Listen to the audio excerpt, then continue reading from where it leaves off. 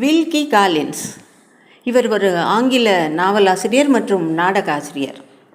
காவல்துறையின் நடைமுறை செயல்பாடுகளின் மூலமாக குற்றமும் குற்றவாளியும் கண்டுபிடிக்கப்படுவதை விரிவாக எழுதிய முதல் எழுத்தாளர் என்று சொல்லப்படுகிறார்.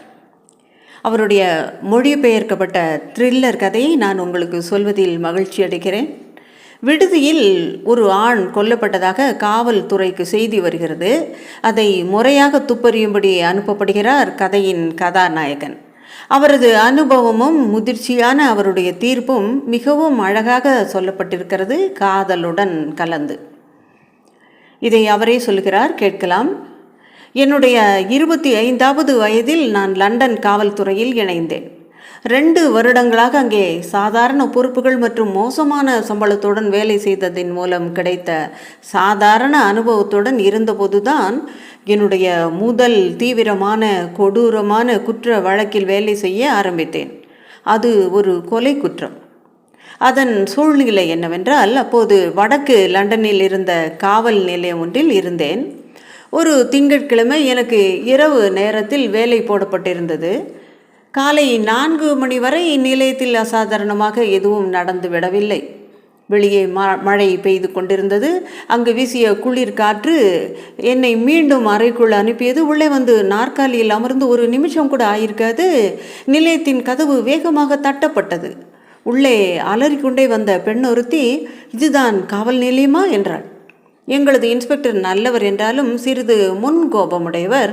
ஏன் பண்ணே, பார்த்தால் தெரியலையா, என்ன விஷயம் என்றார். கொலை என்று கத்தினாள். என்னுடன் உடனே வாருங்க, திருமதி கேத்தரின் விடுதிக்கு. ராத்திரி தன்னுடைய கணவனையே ஒருத்தி குத்தி கொண்டுட்டா, கத்தியால் குத்திட்டா, தூக்கத்தில் செஞ்சிட்டதா சொல்கிறா. இதை கேட்டு நான் திடுக்கிட்டேன் என்பதை ஒப்புக்கொள்ளத்தான் வேண்டும். அப்போதுதான் படுக்கையில் இருந்து எழுந்தது போன்று உடைகளை சுருட்டி கொண்டு பயந்த நிலையில் இருந்தாலும் அந்த பெண் அழகாகவே இருந்தாள். உயரமான பெண்களை எனக்கு அப்போதெல்லாம் பிடிக்கும். அவளுக்கு ஒரு நாற்காலி எடுத்து போட்டு உட்கார சொன்னேன். சார்ஜென்ட் நெருப்பை கிளறி விட்டார். இன்ஸ்பெக்டரை எதுவும் அதிர்ச்சியடை செய்யாது. சாதாரண திருட்டை விசாரிப்பது போல் அவர் அமைதியாக கேள்விகளை கேட்க ஆரம்பித்தார். கொலையுண்ட மனிதனை பார்த்தீர்களா? இல்லை சார். அவருடைய மனைவி? இல்லை சார். அந்த அறைக்குள்ளே செல்ல எனக்கு பயமாக இருந்துச்சு. கொலையை பற்றி மற்றவங்க பேசுகிறத தான் கேட்டேன். ஓ அப்படியா, நீங்கள் யார்? அங்கே தங்கி இருக்கிறவங்கள ஒருத்தரா? இல்லை சார், நாங்கள் சமயக்காரி. உங்கள் விடுதியில் முதலாளி இருக்காங்களா? ஆமாம் சார், அவங்களும் பயத்தில் உறைஞ்சி போய் தான் இருக்காங்க. மருத்துவரை அழைச்சிட்டு வர வேலைக்கார பெண் போயிருக்கா. எல்லாம் நாங்கள் வேலையாட்கள் தான் செய்யணும். அந்த விடுதிக்கு ஏன் தான் போனேனோ. தலை முதல் பாதம் வரை நடுங்கி கொண்டே அழ ஆரம்பித்தாள். அவள் சொன்னதை எழுதி கொண்ட இன்ஸ்பெக்டர் அவளை அதை வாசிக்க சொல்லி அதில் அவளது கையெழுத்தை வாங்கினார். இதை செய்ததற்கு காரணம் அவளை அருகில் வரவழைத்து அவளது மூச்சை முகர்ந்து பார்க்கத்தான். அப்புறமாக என்னிடம் சொல்லும்போது, யார் வேண்டுமானாலும் எதை வேண்டுமானாலும் சொல்லலாம், எனவே அவர்கள் குடிக்கவில்லை என்பதை நாம் உறுதிப்படுத்திக் கொள்வது நல்லது என்பார். அவளும் எழுந்து வந்து பிரிசில்லா வார்லி என்று கையெழுத்திட்டாள். அவள் குடித்திருக்கவில்லை என்று இன்ஸ்பெக்டர் உறுதி செய்து கொண்டார். அவளது கண்கள் அழகான மெல்லிய நீல கண்கள் பயத்துடன் இருந்தன. அழுததில் சிவந்திருந்தனால், ஆனால் கோபமும் ஆத்திரமும் அதில் இல்லை. உடனடியாக அவர் வழக்கை என்னிடம் கொடுத்து விட்டார். இன்னமும் அவர் அவள் சொல்வதை நம்பவில்லை என்று தெரிந்தது. அவளோட விடுதிக்கு போ என்றவர் வெறும் வதந்தியாக இருக்கலாம், அல்லது ஏதாவது கை கலப்பை பெரிதாக்கி சொல்லியிருக்கலாம். நீயே நேராக போய் பார்த்து தெரிஞ்சுக்க, மருத்துவர் என்ன சொல்கிறார் அப்படிங்கிறதையும் கேட்டுக்க. உண்மையின் நிலைமை மோசமாக இருந்தால் உடனடியாக இங்கே செய்தி அனுப்பு. நாங்கள் வர்ற வரைக்கும் யாரை உள்ளே விடவோ வெளியே போகவோ அனுமதிக்காத. யாருமே எதையாவது சொல்ல முன் வந்தால் என்ன செய்யணும்னு தெரியும் இல்லையா உனக்கு? தெரியும் சார். அவர்கள் சொல்வது எழுதி கொள்ளப்படும் என்றும் அது அவர்களுக்கு எதிராக கூட உபயோகிக்கப்படும் என்றும் நான் சொல்ல வேண்டும். சரியாக சொன்னேன். ஒரு நாள் நீயும் இன்ஸ்பெக்டர் ஆயிடுவ. இப்போ கிளம்பு என்று அவளையும் என்னுடன் அனுப்பி வைத்தார். விடுதி வெகு தூரத்தில் இல்லை. நிலையத்திலிருந்து 20 நிமிட நடை. பிரிசிலாவிடம் இன்ஸ்பெக்டர் கடுமையாக நடந்து கொண்டார் என்று நினைத்தேன். அவளும் அவர் மீது கோபத்துடன் இருந்தாள். வதந்தியா? வதந்தி என்று எதை சொல்லுகிறார்? என்னை போலவே அவரும் பயந்திருக்க வேண்டும். இப்போதுதான் முதல் முறையாக நல்ல வேலையில் இருப்பதாக நினைச்சேன். நான் அவளிடம் அதிகம் பேசவில்லை. உண்மையை சொல்ல வேண்டுமென்றால் எனக்கு கொடுக்கப்பட்டிருந்த கடமையை நினைத்து சிறிது கவலையில் இருந்தேன். விடுதியை அடைந்தவுடன் நான் கதவை தட்டுவதற்கு முன்பே கதவு திறக்கப்பட்டது. உள்ளிருந்து ஒருவர் வெளியே வந்தார். மருத்துவர். என்னை கண்டவுடன் அப்படியே நின்றார். அந்த மனிதன் இறந்து போயிட்டான், அவனது இதயத்துக்குள் கத்தி சென்றிருக்கிறது என்றார். இதை கேட்டவுடன் நிலையத்துக்கு உடனே செய்தி அனுப்ப வேண்டும் என்று நினைத்தேன். ஆனால் யாரை அனுப்புவது? எனவே மருத்துவரிடமே அவர் நிலையத்துக்கு சென்று என்னிடம் சொன்னதை சொல்லிவிட முடியுமா என்று கேட்டேன்.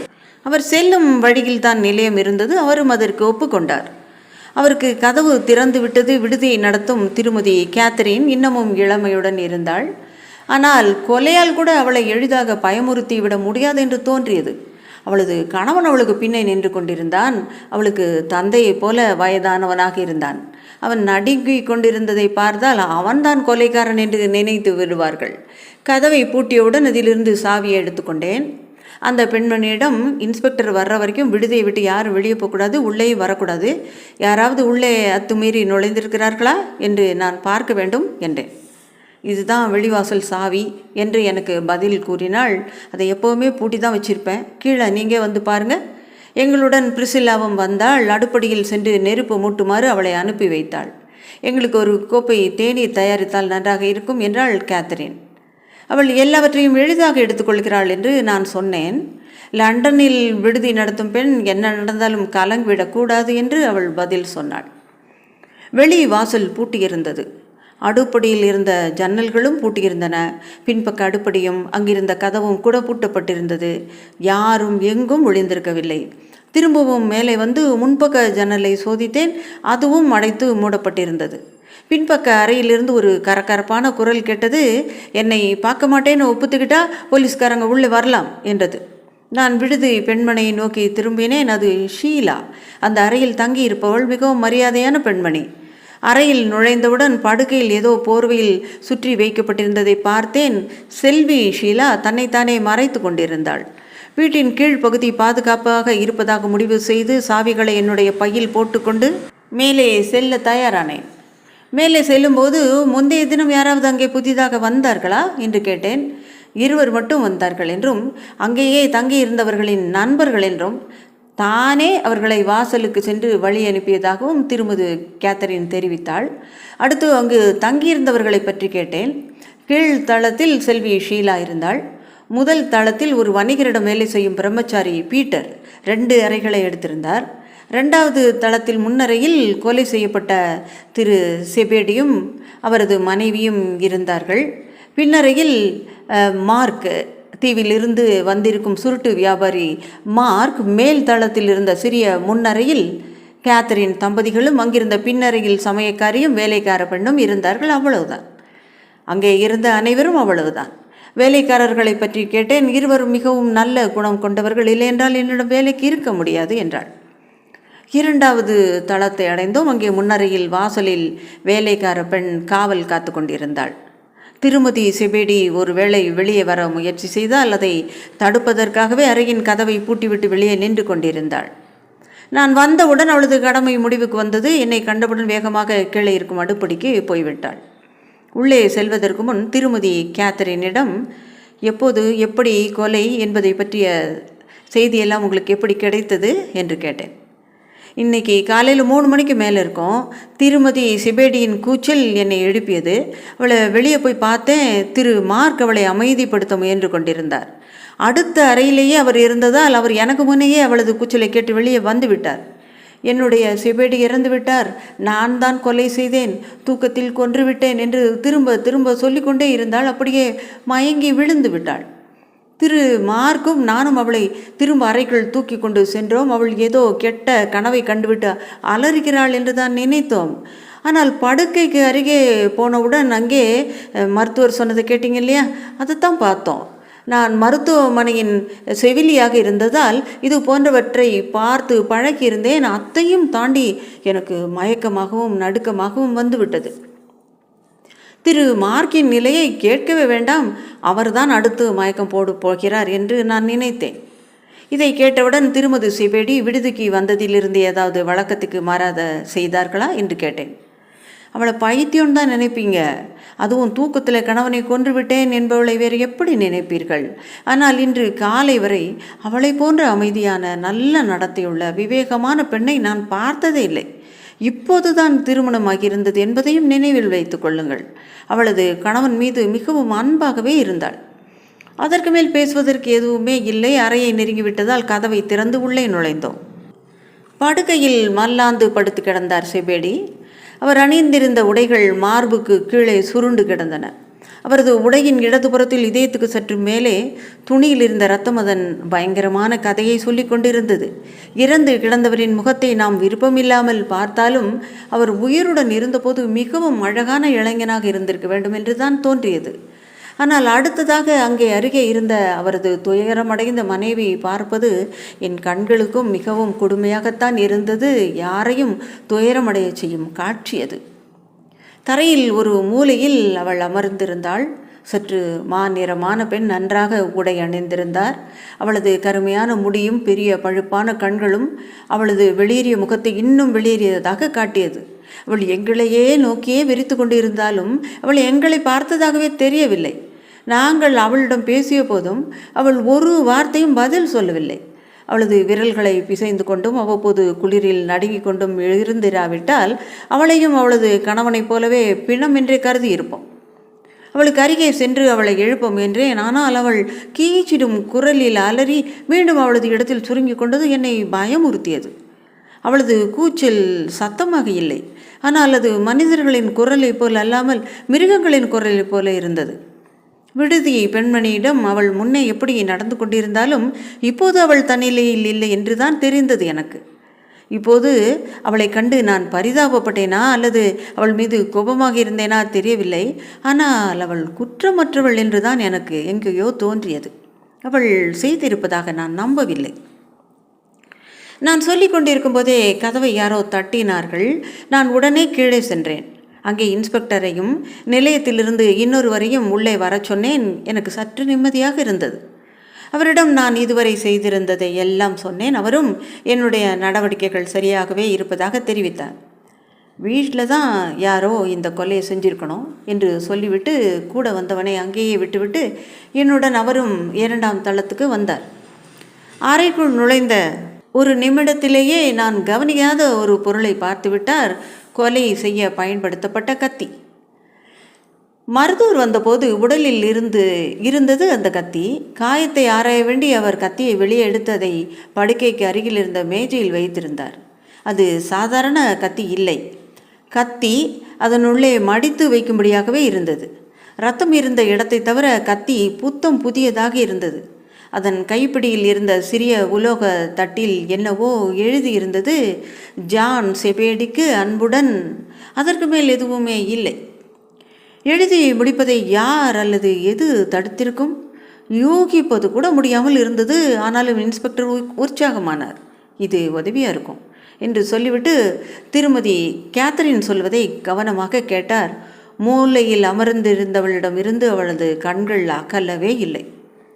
விடுதி பெண்மணியை பேசி முடித்தவுடன் அடுத்த அறையில் இருந்தவரை தான் பார்க்க வேண்டும் என்று கூறினார். திரு மார்க் அங்கே வந்தார். ஆனால் அறையின் வாசலிலேயே உள்ளே இருந்த கொடூரத்தை பார்க்க விரும்பாமல் திரும்பி நின்று கொண்டார். அழகான நீல நிற இரவு உடையில் இருந்தார்.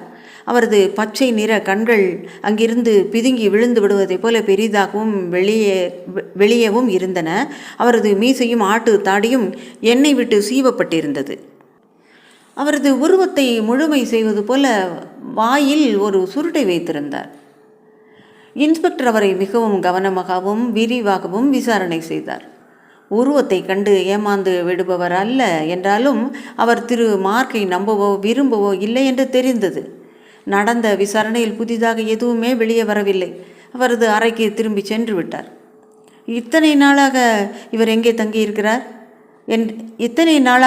அவர் எங்கே தங்கியிருக்கிறார் என்று அவர் வெளியே சென்றவுடன் இன்ஸ்பெக்டர் கேட்டார்.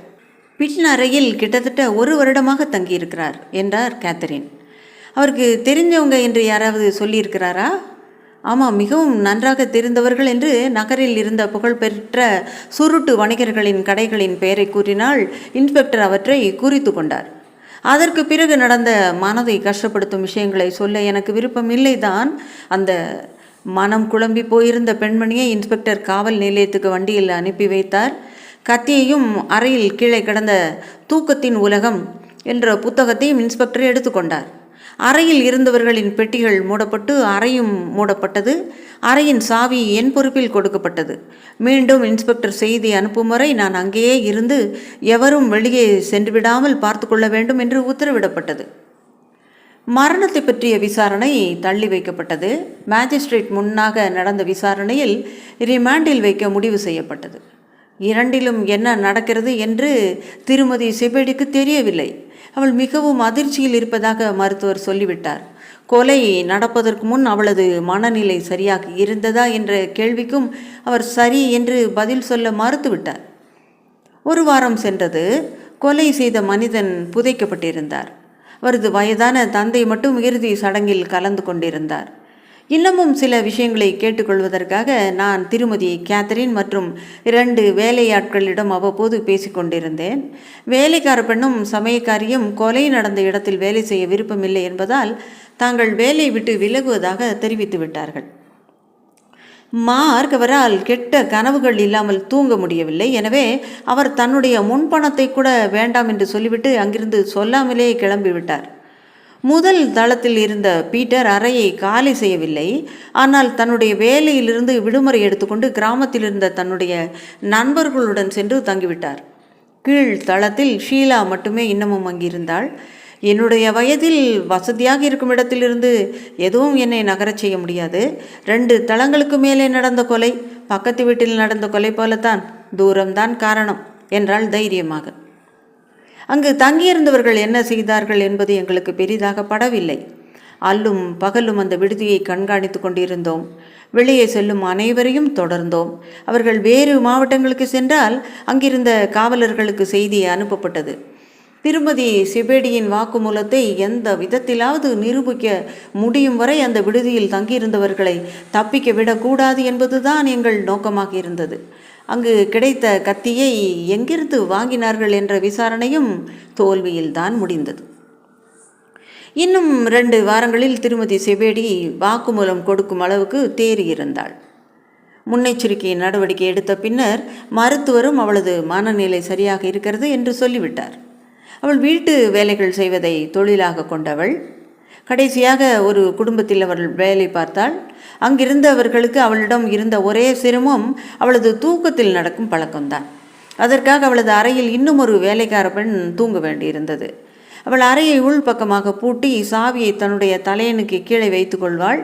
மற்ற எல்லா விதத்திலும் அவளை போன்ற ஒரு பணியாளை பார்த்ததில்லை என்று அந்த வீட்டு பெண்மணி தெரிவித்தார். அவள் அங்கு வேலை செய்த கடைசி 6 மாதங்களில் அங்கே பணியாளாக ஜான் செபேடி என்ற இளைஞன் சேர்ந்தான். சேர்ந்தவுடன் அவள் மீது காதல் கொண்டான். அவளும் அவனை விரும்பினாள். அவர்களது ஏழ்மை நிலை சிறிது மாறும் வரை திருமணம் செய்ய அவர்கள் காத்திருந்திருப்பார்கள். ஆனால் செபேடியின் மாமா ஒருவர் இறக்கும்போது அவரது 2000 பவுண்டுகளை அவனுக்கு விட்டு சென்றார். எனவே ஓரளவுக்கு பணம் அவர்களுக்கு கிடைத்திடவே அவர்கள் வேலை செய்த வீட்டிலேயே அவர்களது திருமணமும் நடந்தது. ஜான் செபேடி ஒரு கவனமான மனிதன். தனக்கு கிடைத்திருக்கும் பணத்தை நல்ல முறையில் செலவு செய்ய விரும்பினான். எனவே செம்மறியாடுகள் வளர்க்க ஆஸ்திரேலியா செல்லலாம் என்று முடிவு செய்தான். அவனது மனைவிக்கும் எந்த தடையும் இல்லை. அவன் எங்கு செல்ல விரும்புகிறானோ அங்கேயே செல்லவே அவளும் விரும்பினாள். எனவே தேனிலவுக்கு லண்டன் செல்ல முடிவு செய்தார்கள். அப்போதே ஆஸ்திரேலியா செல்ல தேவையான பயண ஏற்பாடுகளை செய்து கொள்ளலாம் என்பதுதான் அவர்களது திட்டம். செபேடியின் மாமா எப்போதும் திருமதி கேத்தரின் விடுதியில்தான் தங்குவார் என்பதால் அங்கேயே அவர்களும் தங்கினார்கள். அவர்களது பயணத்திற்கு இன்னமும் 10 நாட்கள் இருந்தன.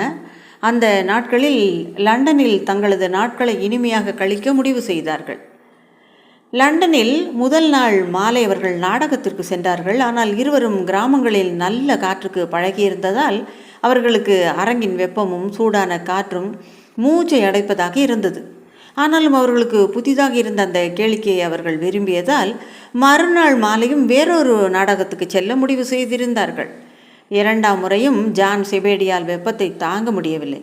எனவே அவர்கள் அறையிலிருந்து வெளியேறி இரவு 10 மணிக்கு தங்களது விடுதிக்கு வந்து சேர்ந்தார்கள்.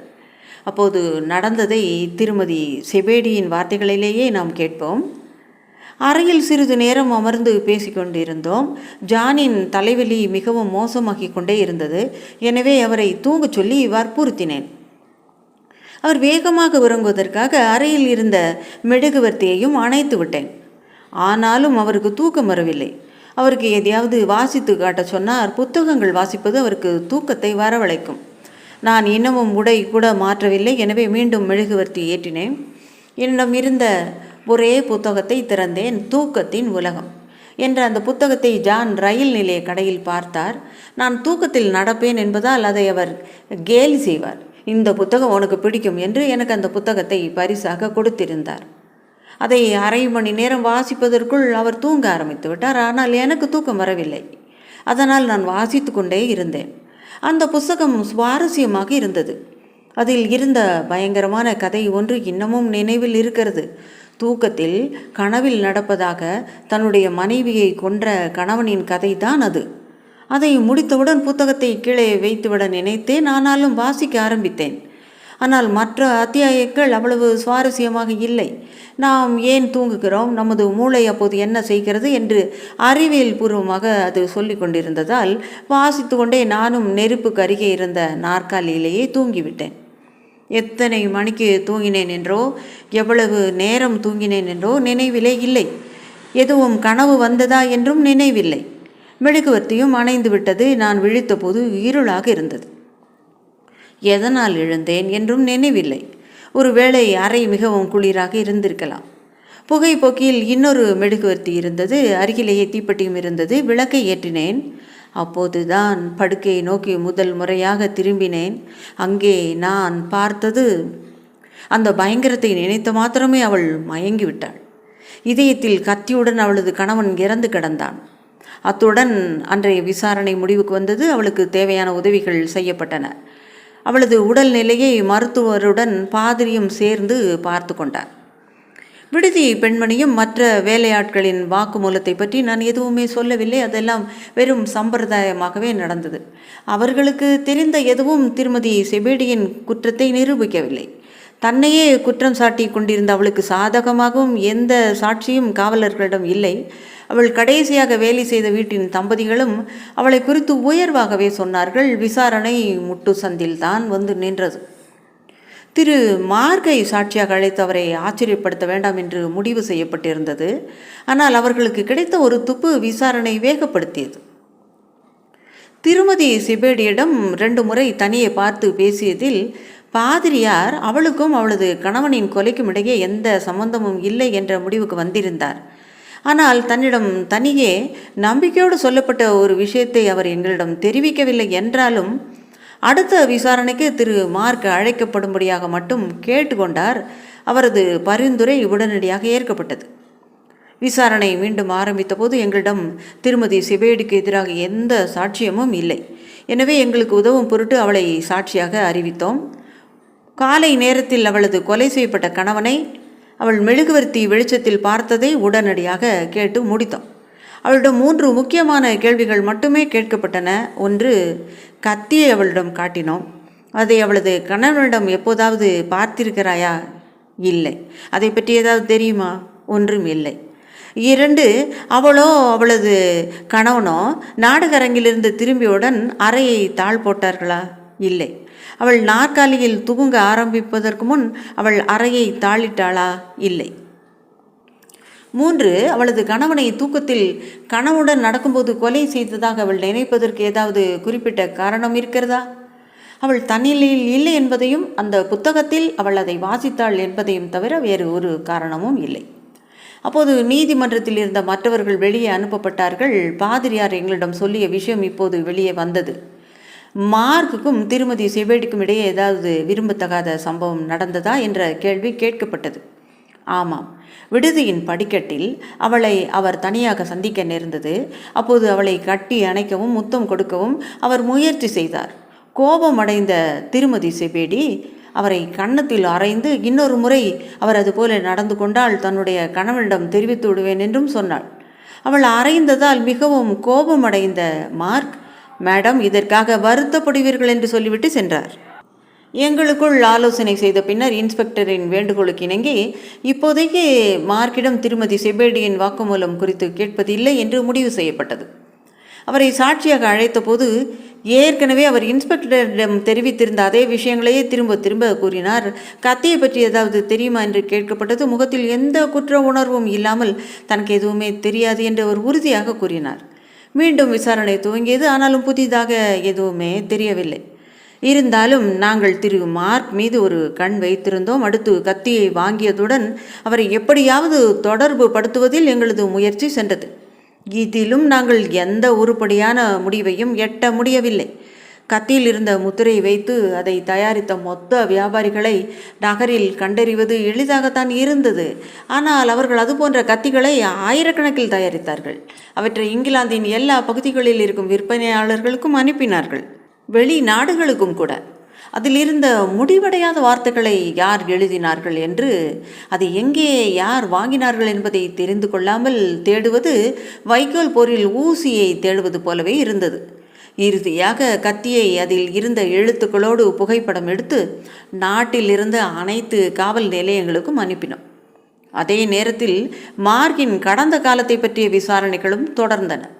ஒரு வேளை கொலை செய்யப்பட்ட மனிதரும் அவரும் முன்பே ஒருவரை ஒருவர் அறிந்திருக்கலாம். அவர்களிடையே சண்டையோ அல்லது ஏதாவது பெண் குறித்த தகராறுகளோ இருந்திருக்கலாம் என்று விசாரித்து பார்த்தோம். அப்படியும் எதுவும் தெரிந்து கொள்ள முடியவில்லை. மார்க் மிகவும் மோசமான வாழ்க்கை வாழ்ந்து கொண்டிருந்தார். மோசமானவர்களுடன் அவருக்கு தொடர்பு இருந்தது. ஆனாலும் அவர் சட்டத்தை எதிர்த்து எதுவும் செய்ததாக தெரியவில்லை. ஒரு மனிதன் ஊதாரியாக ஊர் சுற்றியாக இருக்கலாம், பெண்களை அவமானப்படுத்தவும் செய்யலாம், அவளிடம் பயமுறுத்தும் வகையில் நடந்து கொண்டிருக்கலாம், கன்னத்தில் பல அறைகளும் கூட வாங்கியிருக்கலாம். ஆனால் ஒருவனின் மீதுள்ள இந்த கரைகளால் நடு ராத்திரியில் அந்த பெண்ணின் கணவனை கொலை செய்து விடுவான் என்று நினைக்க முடியாது இல்லையா? மீண்டும் ஒரு முறை விசாரணை குறித்து அறிக்கை அளிக்க நாங்கள் அழைக்கப்பட்ட போது எங்களிடம் புதிதாக எதுவுமே இல்லை. கத்தியின் புகைப்படங்கள் எந்த புதிய துப்பையும் கொடுக்கவில்லை. திருமதி செபேடி அழைக்கும்போது வர வேண்டும் என்ற நிபந்தனையுடன் தன்னுடைய நண்பர்களிடம் செல்ல அனுமதி வழங்கப்பட்டது. இன்னமும் எத்தனை கொலைகள் காவலர்களை திகைக்க வைக்கப் போகின்றன என்று பத்திரிகைகள் எழுதின. துப்பு கொடுப்பவர்களுக்கு 100 பவுண்டுகள் கொடுக்கப்படும் என்றும் கூட அறிவிப்பு செய்யப்பட்டது. வாரங்கள் சென்றன, எவரும் முன்வரவில்லை. ஆனால் எங்கள் இன்ஸ்பெக்டர் எளிதில் எதையும் விடுவர் அல்ல. இன்னமும் விசாரணைகளும் கேள்விகளும் தொடர்ந்தன. அவற்றை பற்றி எதுவும் சொல்லாமல் இருப்பது நல்லது. ஆனால் நாங்கள் தோல்வி அடைந்து விட்டோம். காவலர்களையும் பொதுமக்களையும் பொறுத்தவரை அப்படித்தான் இருந்தது. மற்ற தீர்வு காணப்படாத கொலை வழக்குகளைப் போலவே இந்த இளைஞனின் கொலை வழக்கும் அனைவரது கவனத்தில் இருந்தும் விலகியது. ஆனாலும் யாருக்கும் தெரியாத ஒரு மனிதன் மட்டும் முட்டாள்தனமாக தன்னுடைய ஓய்வு நேரங்களில் செபேடியை கொண்டது யார் என்ற கேள்விக்கு பதில் கண்டறிய முயன்று தோல்வி அடைந்து கொண்டிருந்தான். அவனுடைய துறையில் மற்றவர்கள் தோல்வியடைந்த நிலையில் தான் அந்த வழக்கை துப்பு துலக்குவது தன்னை காவல்துறையில் உயர்ந்த நிலைக்கு கொண்டு செல்லும் என்று அவன் நினைத்ததால் எல்லாரும் அவனை கேலி செய்தாலும் அவனது முயற்சியை அவன் நிறுத்தவில்லை. இன்னமும் தெளிவாக சொல்ல வேண்டுமென்றால் அந்த மனிதன் நான் தான். தனியாக புலனாய்வை தொடர்வது என்ற எனது முடிவை இருவர் ஆதரித்தார்கள். ஒருவர் ஷீலா, மற்றொருவர் சமயக்காரி பிரிசில்லா. காவல்துறை தன்னுடைய தோல்வியை ஒப்புக்கொண்டதை ஷீலாவால் ஒத்துக்கொள்ளவே முடியவில்லை. சிறிய பிரகாசமான கண்களை கொண்ட அவர் தன்னுடைய மனதில் இருப்பதை வெளிப்படையாக பேசிவிடுவாள். லண்டனில் கடந்த 1 அல்லது 2 ஆண்டுகளில் நடந்தது எல்லாமே எனக்கு நினைவிற்கு வருகிறது. ஒரு வீட்டில் வயதான பெண் ஒருத்தியின் எலும்பு கூட கிடைத்தது. அவளது உடலை அங்கே மறைத்து வைத்தவன் இன்னமும் கண்டுபிடிக்கவே முடியவில்லை. ஹார்லி தெருவில் இன்னொரு வீட்டில் இன்னொரு கிழவி கொலை செய்யப்பட்டு கிடந்தாள். அங்கும் கொலைக்காரன் கண்டுபிடிக்கப்படவில்லை. நானும் கூட வயதான கிழவிதான். அடுத்து என்னுடைய முறையா என்று எனக்கு தோன்றுகிறது. நீ நல்ல பிள்ளையாக இருக்கிறாய். உன்னுடைய விடாமுயற்சி எனக்கு பிடித்திருக்கிறது. உனக்கு தேவைப்படும் போதெல்லாம் இங்கே வரலாம். உள்ளே விட மறுத்தால் என்னுடைய விருந்தாளி என்று சொல்லிவிடு. இன்னமும் ஒன்று, எனக்கு செய்வதற்கு எதுவும் இல்லை என்றாலும் நானும் ஒன்றும் முட்டாள் இல்லை. இங்கிருந்து விடுதிக்குள் யார் வருகிறார்கள், யார் வெளியே போகிறார்கள் என்றெல்லாம் எனக்கு தெரியும். உனது முகவரியை கொடுத்து விட்டு செல். எனக்கு ஏதாவது செய்தி தெரிந்தால் உனக்கு சொல்லிக்கிறேன். பிரிசில்லாவும் அது போலவே. ஆனால் இன்னமும் நன்றாக எனக்கு உதவ முடிந்தது. அவளது விருப்பப்படி பல இடங்களுக்கு செல்லும் சுதந்திரமும் அவளுக்கு இருந்தது. அவளுடன் இருந்த மற்றொரு வேலைக்கார பெண் லண்டனை சேர்ந்தவள். எனவே விடுதியிலிருந்து வெளியேறியவுடன் வேறு ஒரு வேலையில் சேர்ந்து விட்டாள். ஆனால் பிரிசிலா அவ்வளவு அதிர்ஷ்டம் செய்யவில்லை. விடுதிகளில் வேலை செய்வதற்கு அவளுக்கு விருப்பம் இல்லை. பெரிய மனிதர்களின் வீடுகளில் சமையல் செய்யும் அளவுக்கான அனுபவமும் அவளுக்கு இல்லை. முன்கோபியாக வேறு இருந்ததால் யாரோ ஒருவரின் கீழே அடுப்படியில் வேலை செய்தால் தன்னால் தொடர்ந்து அங்கேயே வேலை செய்ய முடியுமா என்ற சந்தேகமும் இருந்தது. ஒரு வழியாக இன்னொரு இடத்தில் ஒரு அறை எடுத்துக்கொண்டு அங்கே தையல் வேலை செய்து தற்காலிகமாக நாட்களை ஓட்டி கொண்டிருந்தாள். தையல் வேலை நன்றாகவே சென்று கொண்டிருந்தது. அவளுக்கு அந்த வேலை பிடிக்கவில்லை என்றாலும் பிரிசிலா நல்ல உழைப்பாளி. அவள் லண்டன் வருவதற்கு முன் அவளுக்கு அவளது மறை மாவட்டத்தின் பாதிரியார் எழுதி கொடுத்த சிபாரிசு கடிதத்தை இங்கே கொடுக்கிறேன். அது அவளது கதையை எளிமையாகவும் சுருக்கமாகவும் சொல்லுகிறது. பிரிசிலா வார்லியை எந்த வேலைக்கும் நியமித்து கொள்ள நான் சிபாரிசு செய்கிறேன். அவளது பெற்றோர் மிகவும் வயதானவர்கள், உடல் நலமில்லாதவர்கள். அவர்களது வருமானம் இப்போது குறைந்துவிட்டது. அவர்களுக்கு இன்னமும் ஒரு சிறு பெண்ணும் இருக்கிறாள். அவளது பெற்றோருக்கு பாரமாக இருப்பதை தவிர்க்க பிரிசிலா லண்டனுக்கு வேலை தேடி வருகிறாள். அவளுடைய வருமானம் அவளது பெற்றோருக்கு உதவும். இந்த சூழ்நிலையே அவளை பற்றி தெளிவாக சொல்லும். அவர்களது குடும்பத்தை எனக்கு பல ஆண்டுகளாக தெரியும். என்னுடைய ஒரே வருத்தம் அவளுக்கு கொடுக்க என்னிடத்தில் நல்ல வேலை இல்லை என்பது மட்டும்தான் என்று பாதிரியார் ராத் கையொப்பம் இட்டிருந்தார். பிரிசிலா கேட்டுக்கொண்டதற்கு இணங்கவே நான் இந்த கடிதத்தை பிரதி எடுத்துக்கொண்டேன். என்னுடைய ஓய்வு நேரம் முழுவதையும் கொலைகாரனை தேடுவதில் செலவழிக்கப் போகிறேன் என்று அவளிடம் சொன்னதன் காரணமாகவே இது நடந்தது. விடுதியில் இருந்தவர்களின் நடவடிக்கைகள் இன்னும் சரியாக விசாரிக்கப்படவில்லை என்பதுதான் என் எண்ணம். மார்க் தான் கொலை செய்திருக்க வேண்டும் என்று நினைக்கிறேன். எனவே அங்கே தங்கியிருந்தவர்களுக்கு அவருடன் என்ன விதமான உறவில் இருந்தார்கள் அல்லது அவருடைய கையாளாக யாரும் இருந்தார்களா என்று நான் கண்டுபிடிக்க விரும்புகிறேன் என்றேன். உங்கள் திட்டம் நன்றாக இருக்கிறது. முதலில் அங்கே வேலைக்கு இருந்தவர்களை முதலில் விசாரித்து முடித்து விடுங்கள். என்னுடைய பழைய வாழ்க்கையை முதல்ல தெரிந்து கொள்ளுங்கள் என்று சொல்லிவிட்டு தான் என்னுடைய கைகளில் பாதிரியாரின் கடிதத்தை வைத்தாள். முதலில் வேடிக்கையாக சொல்லுகிறாள் என்று நினைத்தேன். ஆனால் அவள் உண்மையாகவே அவளை விசாரிக்க விரும்பினாள். எனவே எனக்காக அந்த கடிதத்தின் பிரதி ஒன்றையும் கொடுத்தாள். அவள் சொன்ன சில குறிப்பிட்ட விவரங்கள் மார்க் பற்றியும் வழக்கை பற்றியும் புதிய வெளிச்சத்தை காட்டியது. அதன் பேரில் நான் நடவடிக்கை எடுத்தேன். எனக்கு ஓய்வு நேரம் சிறிதே இருந்ததால் புலனாய்வு மெதுவாகவே நடந்தது. ஆனாலும் நான் வழக்கின் முடிவை நோக்கியே நகர்ந்து கொண்டிருந்தேன். பிரிசிலாவின் உதவி இல்லாமல் என்னால் செபேடியை கொன்றது யார் என்று கண்டுபிடிக்க முடியாது. இது தவிர திருமதி கேத்தரினின் அழகான சமயக்காரிக்கு நான் இன்னொரு விதத்தில் கடமைப்பட்டிருக்கிறேன். எப்படியும் இதை நான் ஒப்புக்கொள்ளத்தான் வேண்டும். பிரிசிலாவின் மூலமே நான் காதல் என்றால் என்ன என்பதை முதலில் தெரிந்து கொண்டேன். பிரிசில்லாவின் காரணமாகவே எனக்கு இனிமையான முத்தங்கள் கிடைத்தன. என்னை திருமணம் செய்து கொள்ள விருப்பமா என்று கேட்டதற்கு அவள் மறுக்கவில்லை. கொஞ்சம் சோகமாக மட்டும் பார்த்து கொண்டு அவள், நம்மை போன்ற 2 ஏழைகள் என்ன நம்பிக்கையில் திருமணம் செய்து கொள்ள முடியும் என்றாள். அவளுக்கு நான் கூறிய பதில், என்னுடைய இன்ஸ்பெக்டர் கண்டுபிடிக்காத முடியாத துப்பை நான் கண்டறியும் போது என்னால் உன்னை திருமணம் செய்து கொள்ள முடியும் அன்பே, அந்த நேரம் வரும் என்றேன். என்னைப் போலவே அவளும் தன்னுடைய எதிர்காலத்தை நம்பிக்கையுடன் நோக்கினாள். எங்களுடைய அடுத்த சந்திப்பில் அவளது பெற்றோரை பற்றி பேசினோம். நான் அவளது வருங்கால கணவன். என்னுடைய நிலையில் இருந்த மற்றவர்களை நோக்கும்போது நான் அவளது பெற்றோரை சந்திப்பது தான் சரியானது என்று எனக்கு தோன்றியது. நாங்கள் அந்த வார இறுதியில் அவர்களை சந்திக்க வருவதாக அன்றே அவளது பெற்றோருக்கு எழுதினாள். என்னுடைய புலனாய்வை நிறுத்த வேண்டியிருந்தாலும் சரியான காரணத்துக்காகவே நான் அங்கு போகிறேன் என்று தோன்றியது. நல்ல உடைகளை அணிந்து கொண்டு நாங்கள் அவளது பெற்றோர் இருந்த கிராமத்துக்கு அருகில் இருந்த ஹைக்கம் ரயில் நிலையத்துக்கு ரயிலில் பயணச்சீட்டு எடுத்துக்கொண்டோம். இரவில் வெகு நேரம் வேலை செய்ததால் பிரிசிலா களைத்து இருந்தால் தாகமாக இருக்கிறது என்று சொன்னதால் சோடா வாங்குவதற்காக இறங்கினேன். கடையில் இருந்த முட்டாள் பெண்ணினால் சோடாவை உடைக்க முடியவில்லை. என்னையும் அவளுக்கு உதவி செய்ய விடவில்லை. இறுதியில் பொறுமை இழந்து நான் அவளது கையில் இருந்த சோடாவை பிடுங்கி அதை உடைத்தேன். அதே நேரத்தில் ரயில் மணி அடித்தது. கோப்பையில் சோடாவை ஊற்றும் வரையே அங்கே இருந்தேன்.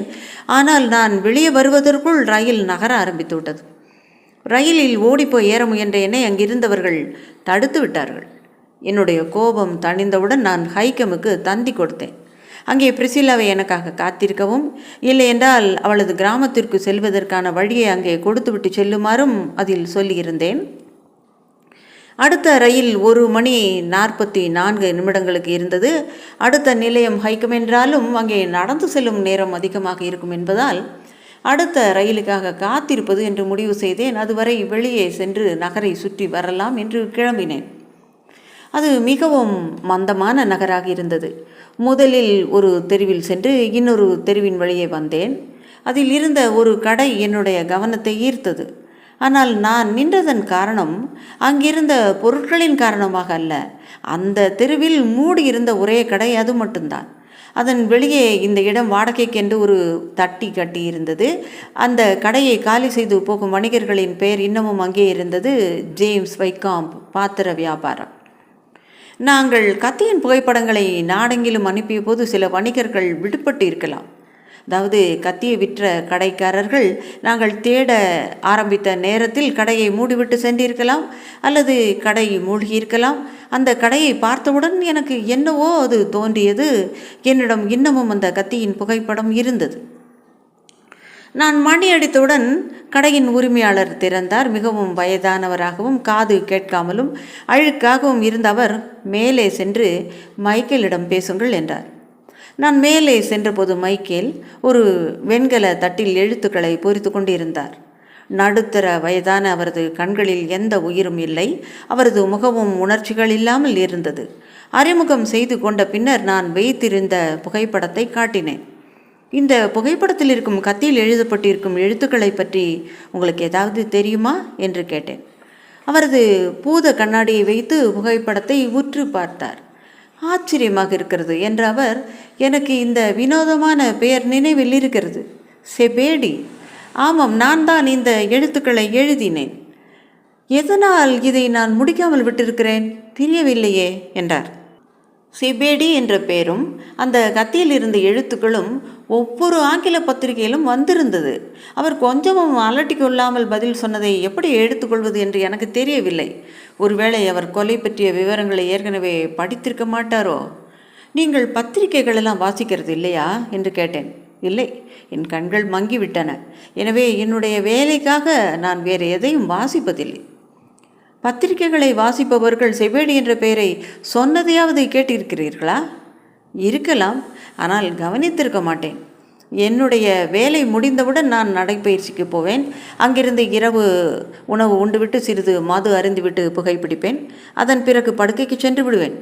எந்த சுவாரஸ்யமும் இல்லாத வாழ்க்கை தான். ஆனால் என்னுடைய இளவயதில் நான் மிகவும் கஷ்டப்பட்டிருக்கிறேன். கல்லறையில் நிரந்தரமாக உறங்கும் வரை சிறிது உணவும் ஓய்வும் மட்டுமே நான் விரும்புவது. உலகம் என்னை தாண்டி எப்போதோ சென்று விட்டது, அதுவும் நல்லதுக்குத்தான். அவர் உண்மையாகத்தான் பேசினார். அவரை சந்தேகப்பட்டதற்கு நான் வெட்கமடைந்தேன். மீண்டும் கத்தி விஷயத்துக்கு வந்தேன். இதை யார் எங்கே வாங்கினார்கள் என்று தெரியுமா? எனக்கு ஞாபக மறதி அதிகம், ஆனால் உங்களுக்கு உதவும் ஒன்று என்னிடம் இருக்கிறது, உங்களுக்கு சொல்ல முடியும் என்று நினைக்கிறேன் என்றார். அலமாரியிலிருந்து மிகவும் பழையதான ஒரு சிறு புத்தகத்தை எடுத்தார். அதில் சில தாள்கள் ஒட்டி இருந்தது. அவற்றில் எழுதவும் செய்யப்பட்டிருந்தது. அவர் அதில் ஒரு பக்கத்தை எடுத்து எதையோ பார்த்தார். அதை வைத்து இன்னொரு பக்கத்துக்கு திருப்பினார். அவரது உணர்வில்லாத முகத்தில் உணர்வு போல ஏதோ ஒன்று தோன்றியது. எனக்கு ஞாபகம் வருகிறது. கத்தி கீழே இருந்த என்னுடைய மறைந்த சகலையின் கடையில் வாங்கப்பட்டது. அதில் இந்த எழுத்துக்களை பொறித்து கொண்டிருக்கும்போது ஒரு உருவம் இந்த அறைக்குள் வேகமாக வந்து என்னிடமிருந்து கத்தியை பிடிக்க கொண்டு சென்று விட்டது. உண்மைக்கு அருகில் வந்தது போல உணர்ந்தேன். நீங்கள் கையில் வைத்திருக்கும் நோட்டு புத்தகத்தை நானும் பார்க்கலாமா என்றேன். கட்டாயம். என்னுடைய தொழிலே இந்த எழுத்துக்களை பொறிப்பது தான். இந்த புத்தகத்தில் எனக்கு கொடுக்கப்படும் வேலை பற்றிய விவரங்களையும் முகவரிகளையும் குறித்து வைத்துக் கொள்வேன். ஒன்று, புதிய வாடிக்கையாளர்களுக்கு அது ஒரு உதாரணமாக இருக்கும். இரண்டாவது, எனது ஞாபக மறதிக்கு உதவுகிறது. புத்தகத்தை என்னை நோக்கி திருப்பி அதில் கீழ்ப்பக்கம் ஒட்டப்பட்டிருந்த சிறிய தாளை காட்டினார். செபேடியின் கொலைக்கு காரணமான கத்தியில் பொறிக்கப்படவிருந்த முழு வார்த்தையையும் வாசித்தேன். ஜான் செபேடிக்கு அன்புடன், பிரிசிலா வார்லி. அந்த தாளில் பிரிசிலாவின் பெயர் அவளது குற்றத்தின் அடையாளமாக இருந்ததை பார்த்தபோது எப்படி உணர்ந்தேன் என்பதை என்னால் சொல்லவும் முடியாது என்று எழுதும்போது நான் உண்மையைத்தான் சொல்லுகிறேன்.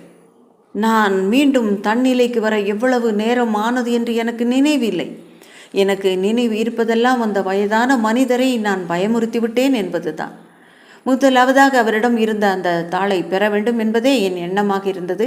என்னிடமிருந்து சிறிது பணத்தையும் அவருக்கு கொடுத்தேன். ஆனால் அதை அவர் வாங்கவில்லை. ஒன்றும் தேவையில்லை, ஆனால் இனி நீங்கள் இங்கே வரவே கூடாது என்று அவரது நடுங்கும் கரல்களால் அந்த தாளை வெட்ட முயன்றார். அவரிடமிருந்து வாங்கி நானே அதை வெட்டி எடுத்துக்கொண்டேன். ஆனால் இந்த ஒரு சாட்சியை வைத்துக்கொண்டு அந்த பெண்ணின் குற்றத்தை உடனடியாக நான் முடிவு செய்தது தவறு என்று கூட நினைக்கலாம். அவள் அந்த கத்தியை வாங்கிய பின்னர் அதில் இருந்த எழுத்துக்களை பொறிக்கும்போது அந்த கத்தி அவளிடமிருந்து திருடப்பட்டு கொலைக்கு உபயோகப்பட்டிருக்கலாம். எல்லாம் உண்மைதான். ஆனால் அந்த தாளில் எழுதப்பட்டிருந்ததை வாசித்ததிலிருந்து என்னுடைய நிம்மதியெல்லாம் போய்விட்டது. மீண்டும் ரயில் நிலையத்துக்கு எந்த திட்டமும் இல்லாமல் சென்றேன். அவளை தொடர்ந்து செல்ல நான் உத்தேசித்திருந்த ரயில் அங்கு இருந்து சென்று விட்டது. அடுத்து வந்த ரயில் லண்டன் செல்ல வேண்டியது. எதையும் யோசிக்காமல் அதில் நான் ஏறிவிட்டேன். என்னை சந்தித்த நண்பன் ஒருவன், என்ன மிகவும் நோய் வந்தது போல் இருக்கிறாய், வா சென்று சிறிது குடிக்கலாம் என்றான். அவனுடன் சென்றேன். எனக்கும் அப்போது அது தேவைப்பட்டது. என்னை மீண்டும் தூக்கி நிறுத்தி என்னுடைய தலையை மீண்டும் சரியாக்கியது. அங்கிருந்து நாங்கள் எங்கள் வழிகளில் சென்று விட்டோம். அதன் பின்னரே என்ன செய்ய வேண்டும் என்று நான் முடிவு செய்தேன். முதலில் காவல்துறையிலிருந்து என்னுடைய வேலையை விட்டுவிட முடிவு செய்தேன். அதன் காரணத்தை அடுத்து சொல்கிறேன். இரண்டாவதாக ஒரு விடுதியில் சென்று தங்கினேன். அவள் கட்டாயம் லண்டன் திரும்பி நான் ஏன் அவளது பெற்றோரை காண வரவில்லை என்று கேட்க என்னுடைய இடத்துக்கு வருவாள். நான் உயிருக்கு உயிராக காதலித்த பெண்ணை நீதிக்கு முன் நிறுத்துவது என்னை போன்ற சாதாரணமானவனுக்கு மிகவும் கொடூரமான வேலையாக இருந்தது. எனவே தான் நான் காவல்துறையை விட்டே விலகிவிட்டேன். இன்னொரு புறம் நான் இன்னமும் என்னுடைய உணர்வுகளை கட்டுப்பாட்டில் கொண்டு வருவதற்குள் அவளை பார்க்க நேர்ந்தால் நானே அவளை கொலை செய்துவிடும் சாத்தியமும் இருந்தது. அந்த சாகசக்காரி என்னை ஏமாற்றி திருமணம் செய்து கொள்ள முயன்றதும் இல்லாமல் ஒரு பாவப்பட்ட வேலைக்கார பெண்ணின் மீது அந்த பழியை போடவும் முயன்றிருக்கிறாளே. அன்றிரவே என்னுடைய மனதில் இன்னமும் இருந்த சில சந்தேகங்களை தீர்த்து கொள்ளும் வழியை கண்டுபிடித்தேன். ராத் கிராமத்தின் பாதிரியாருக்கு எனக்கும் அவளுக்கும் திருமணம் நிச்சயமாகிவிட்டது என்றும், எனவே அவளுக்கும் ஜான் செபேடிக்கும் இடையிலான உறவை பற்றி தெரிவிக்கும்படியும் அதை எழுதினேன். மறுநாளே பதில் வந்தது. ஐயா, உங்களது நன்மைக்காக பிரிசில்லாவின் நண்பர்களும் உறவினர்களும் இரகசியமாக வைத்திருந்ததை நான் தெரிவிக்க கடமைப்பட்டிருக்கிறேன். இந்த பகுதியில் செபேடி வேலை செய்து வந்தார். இறந்து போன ஒரு நபரை பற்றி இப்படி சொல்வது சிரமமாக இருக்கிறது. ஆனால் அவர் பிரிசில்லாவிடம் நடந்து கொண்ட விதம் அவர் ஒரு கெட்ட எண்ணம் கொண்ட இதயமற்ற மனிதர் என்பதை காட்டும். அவர்கள் திருமணம் செய்து கொள்ள நிச்சயமாகி இருந்தது. ஆனால் திருமணத்துக்கு முன்பே, இதை நான் கோபத்துடன் சொல்லுகிறேன், பிரிசில்லாவை மயக்கி படுக்கைக்கு அழைத்தார். ஆனால் அவள் அவரை தவிர்த்து விட்டாள். அவர்களது திருமண நாளும் எனது தேவாலயத்தில் அறிவிக்கப்பட்டது. மறுநாள் செபேடி காணாமல் போய்விட்டார். அவளை கைவிட்டு விட்டார். அவர் நல்ல வேலையாள்தான். வேறிடத்தில் வேலை கிடைத்துவிட்டது என்று நினைக்கிறேன். இந்த துரோகத்தை அந்த பெண் எப்படியாக உணர்ந்திருப்பாள். அடுத்த நாள் கல்யாணம். இது உங்கள் கற்பனைக்கே விட்டு விடுகிறேன். என்னுடைய சிபாரிசு கடிதத்துடன் லண்டன் சென்ற அவள் தனக்கு கிடைத்த முதல் வேலையில் சேர்ந்து விட்டாள். ஆனால் அவள் சேர்ந்த அதே விடுதியில் நான் பத்திரிகையில் படித்தேன், செபேடி பிரிசில்லாவை கைவிட்ட பின்னர் திருமணம் செய்திருந்த பெண்ணுடன் தங்கியிருந்தான்.